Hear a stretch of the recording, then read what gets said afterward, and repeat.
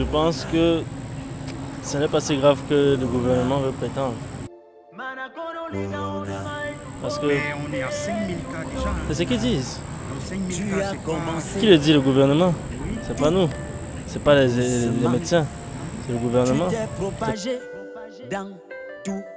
Coronavirus qui est arrivé ici chez nous au Cameroun, met la psychose chez tout le monde.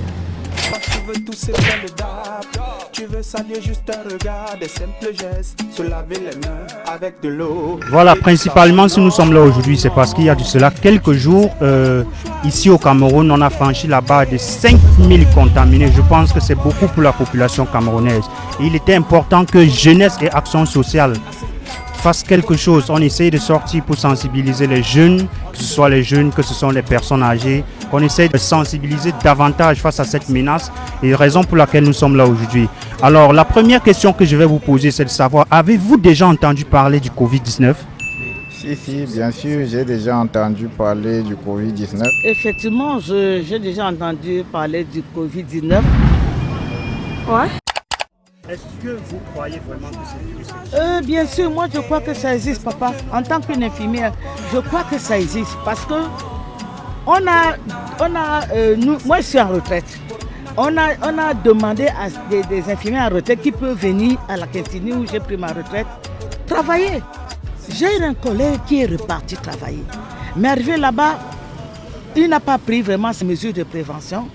Et subitement, comme il était diabétique, il est tombé et il est mort.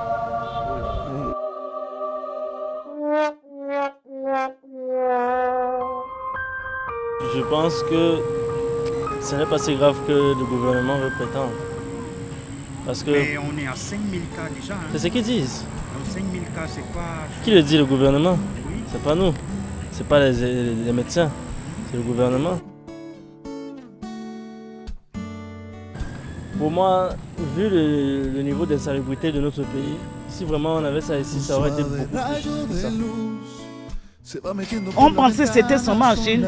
C'est monté. Et ne sachant pas que ça peut nous atteindre ici au Cameroun. C'est arrivé. Et on a eu tellement de décès. J'ai beaucoup de collègues qui sont morts. Beaucoup. Je ne crois pas que ce soit aussi implanté que le gouvernement veut nous faire croire. Pour ma part, c'est juste une com pour permettre, parce que tout ça permet d'ouvrir les caisses, tout ça permet de demander les subventions, de demander les prêts. Même si on prend en compte le fait qu'il y a ça ici.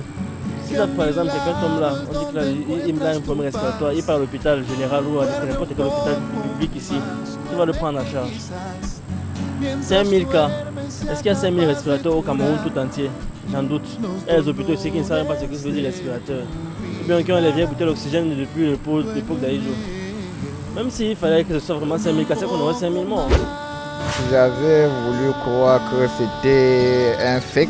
En fait, je fais partie des Thomas qui veulent voir avant d'accepter. Mais c'est lorsque cette affaire a lynché fatalement l'un de mes patrons que j'ai compris que ça existait réellement. Et après ce décès tragique qui a affecté l'un de mes proches, j'ai par la suite connu d'autres effets tragiques, c'est-à-dire les décès.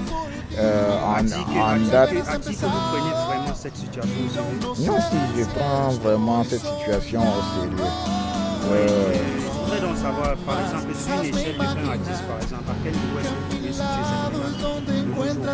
Vu que le Cameroun a atteint la barre des 5000 contaminés, sur une échelle de 1 à 10, à quel niveau vous situez uniquement au Cameroun, je peux savoir? Comment au Cameroun je peux situer cette menace à l'échelle de 6? 6, ça veut dire que nous dépassons déjà là-bas une certaine barre.